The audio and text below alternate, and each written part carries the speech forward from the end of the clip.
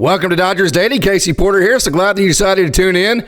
Fans, today we have a very, very, very special guest, the Vice President of Baseball Operations for the entire Dodgers organization. If that's not special enough, he went to OSU and he beat Jason Jennings in 1998, leading the Cowboys to Omaha that year. So, hey, Billy G, it does not look like you've aged a day since I remember you hitting baseballs for OSU. Back in the late 90s, how the heck are you? I'm doing great, Casey. Thanks for having me. This is it's special for me as well. I love my OSU days, and I love talking about them. And yeah, it's good times in Dodgerland right now. It can't get much better here. So tell us what you were doing during the World Series, how you celebrated. I mean, I know you celebrate like it's your job and that kind of like a coach would, but then you probably also celebrate as a fan too. So how does that work for somebody like you? Yeah, that's a great question. I become more fan mode than everything. I mean, so much of it is already kind of set, and our coaching staff, they've been together all year, and they're just so dialed into like the everyday nature of what goes on. And so, maybe a suggestion here or there, but for the most part, I'm a fan, and I'm rooting hard and want it as much as anyone. So, that's kind of how I lived it. I did travel with the team this year. So I was in New York twice. I was in San Diego. Got to live it a little bit more closely this time because we didn't have COVID. And pretty special moment. My family was with me in New York, and we got to be on the field. And it just probably even more incredible than I thought it would be. Your grandpa, I think, was the president of the fan club for the Mets back in the 80s, the Doc Gooden days, the Darryl Strawberry days, Keith Hernandez, Nails, Lenny Dykstra. I love those teams. So it had to be, I mean, I know you're the vice president of the Dodgers, so there was no torn to it, but still it had to be kind of a weird experience with the Dodgers beating the Mets, right? Yeah, because it was kind of how I basically, through the Mets was really my love for baseball and my grandfather. And so, yeah, you're in New York, and yes, it's a different stadium now, but I think Dwight Gooden and Darryl Strawberry threw out the first pitch on Game 3, so that was surreal. And for me, and you probably are old enough, like back in the day, there was only 2 or 3 channels out there, and WWDOR was the Mets channel. So you kind of had like 2 or 3 teams you cheer, and I just picked the Mets with my grandfather, and so yeah, it felt a little more special being there and being able to experience it that way. Absolutely. Of course, for me, it was the Cubs because you had WGN, and then you had TBS later with the Braves. And so those are the 2 big ones there. So, okay, so let's talk about the promotion. I know you got it before last year. I mean, it's a heck of a deal. I mean, just talk about how all that went for you. Yeah, it was good. I mean, I still do a lot of the same job responsibilities as the previous role or title. It's probably a little broader scope for what I call my non-draft days. So I still, February through July is very amateur draft focused. And then I'm able to kind of go out and spend more time around the major league team, be a little more involved in player development, whatever kind of comes up, I can be involved with. And, we had a few guys who need, in our amateur department is super talented that were like worthy of promotions as well. So it all just like tied in nicely. And I have a little less day-to-day and a little more broad stroke now, and it's been a lot of fun. So can you kind of take us through, from a general perspective, what your day-to-day is like as the VP of Baseball Operations?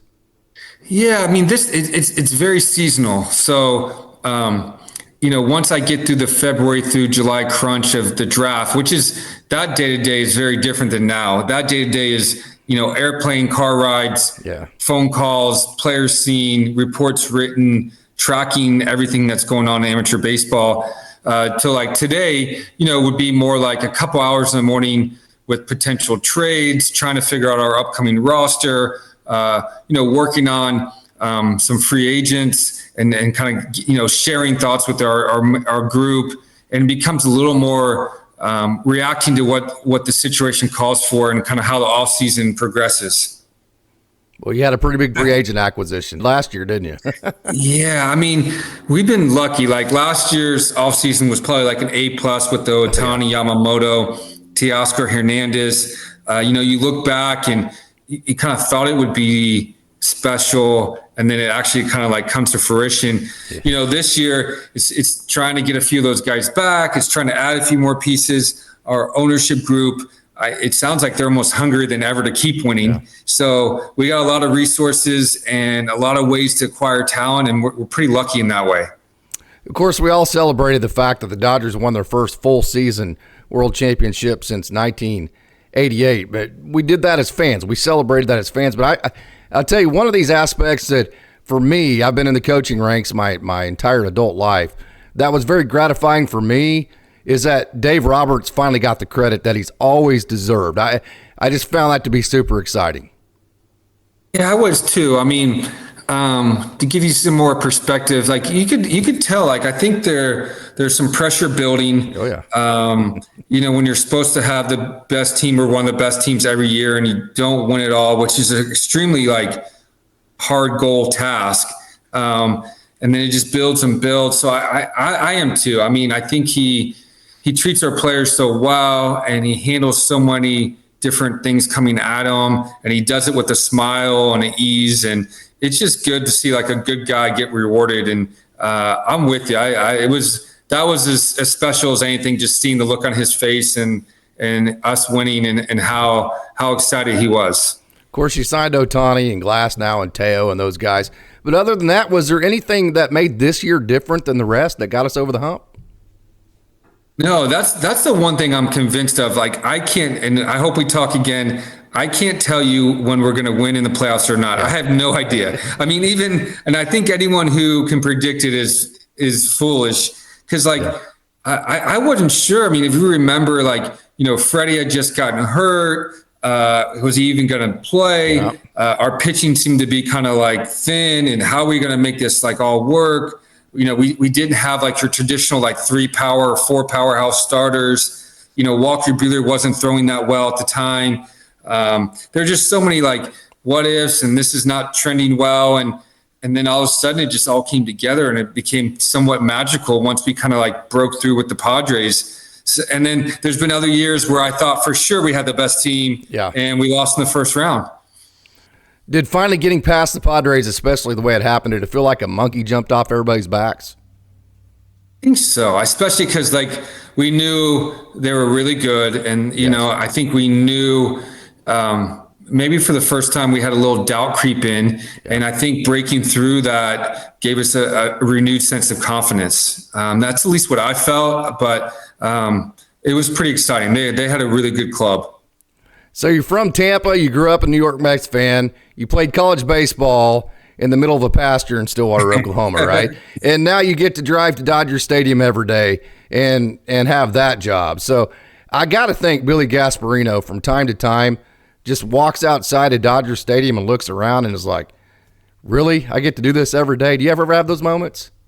No doubt. Yeah. I mean, especially this last October, like many of them, even going in there the other day, first of all, I love stadiums. I love that whole atmosphere. And then to be in one of the more classic, bigger venues, it's a little bit of a pinch me moment sometimes. And I don't know, maybe like once a month, I feel like I have a thought and just feel fortunate. Yeah, so you're with the Padres. The Dodgers, hey, yes, you do go sign the Shohei Ohtanis, the Tyler Glasnows, the Freddie Freemans, and the Mookie Betts. So the pocketbook definitely opens up. But to me, where the Dodgers really make all the most of their hay is on the margins. The guys you go get out of the bullpens that aren't super expensive. Maybe the prospects that which ones to trade, which ones to bring up, the Tommy Edmonds, those kind of guys. So how are the Dodgers so good on all those margins like that?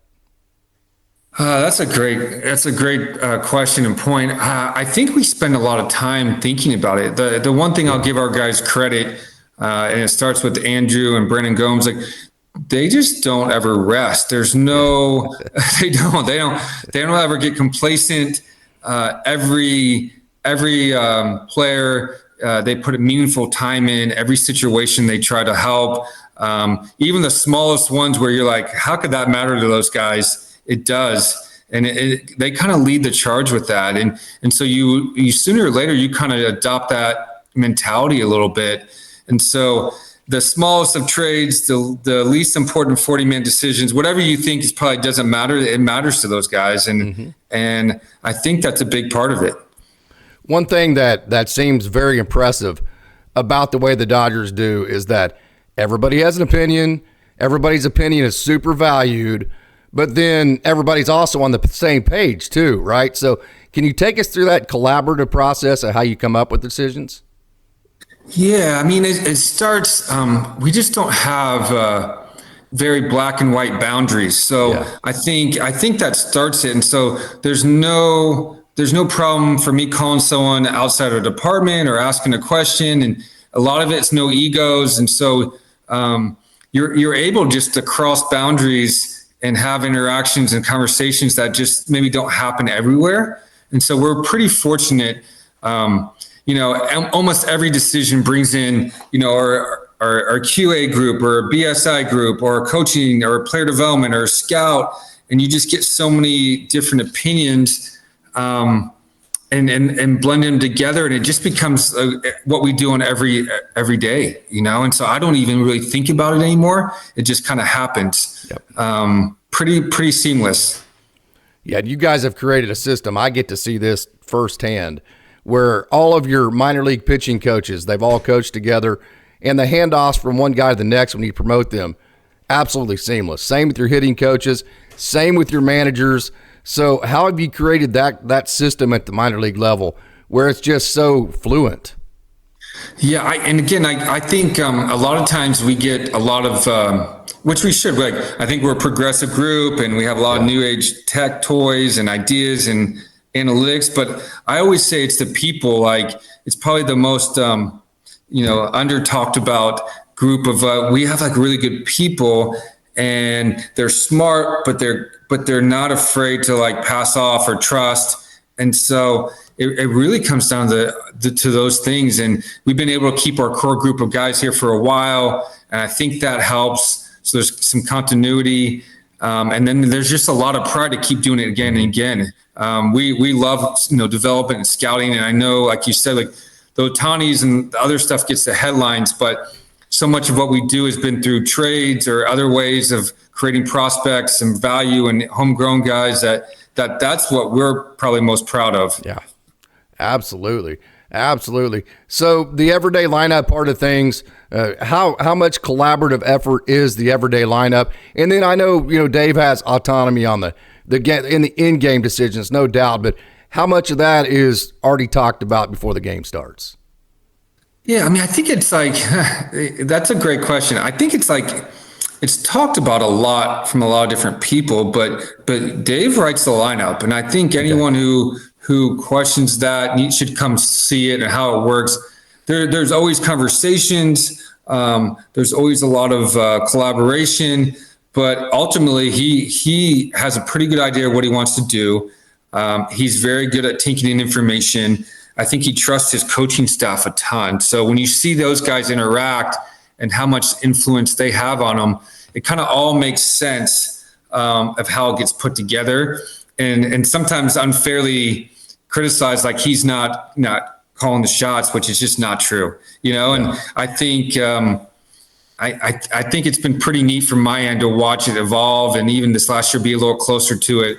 I think he does a really good job at it. Yeah, no doubt. Clayton McCullough, we're all very proud of him. I've talked to probably 4 or 5 players that have directly given him the credit for their progress. He's going to be a rock star. I think so too. I'm so excited for him and his family and the whole opportunity. You'll appreciate this, just putting your head down and doing the job you're asked and doing it without any kind of ego or any kind of outside interest, and just, hey, I'm going to coach first base and infield and he's just done it so well.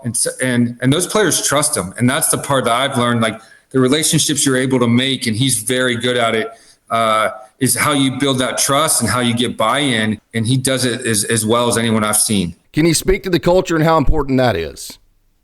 Yeah, I mean, I've learned a lot from it, because I probably wasn't used to it when I came over.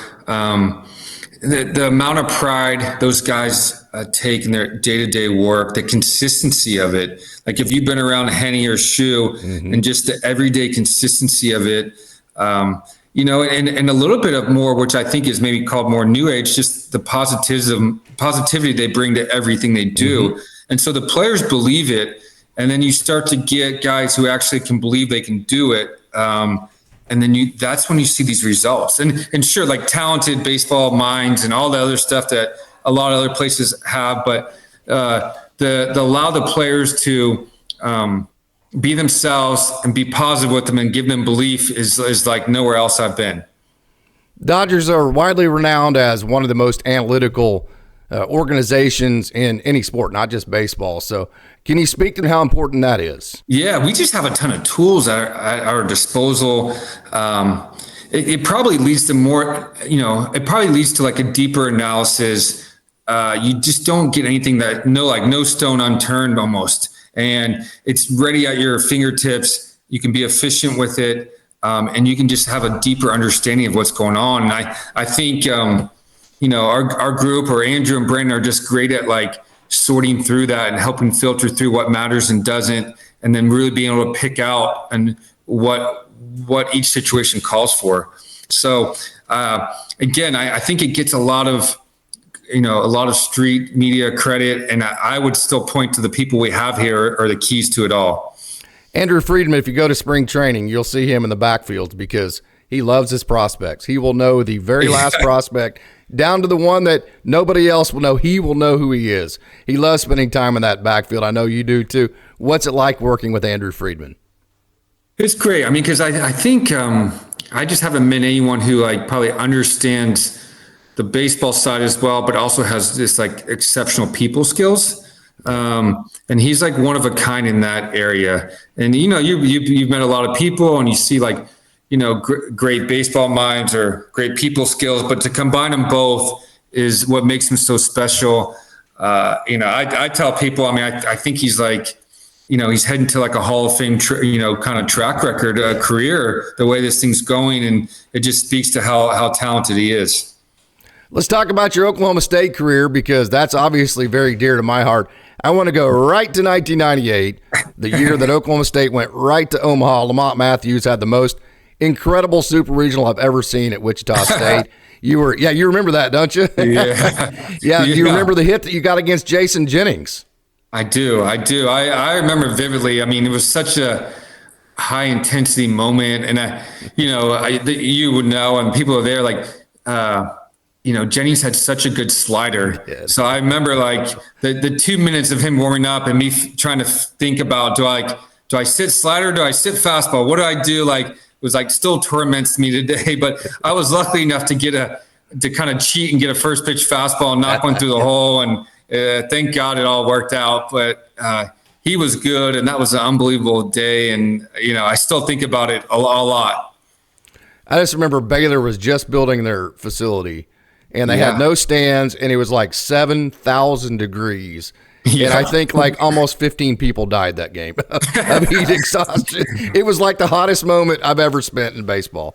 I think you're like, that's not even exaggerating. I think that's like pretty dead on, because they didn't. I don't think they had like no overhang. It was kind of a mess, but it worked. Thank God. Yeah. What an incredible day, man. I still like, to work hard and that team, and we kind of had a bond, and we kind of pulled it off.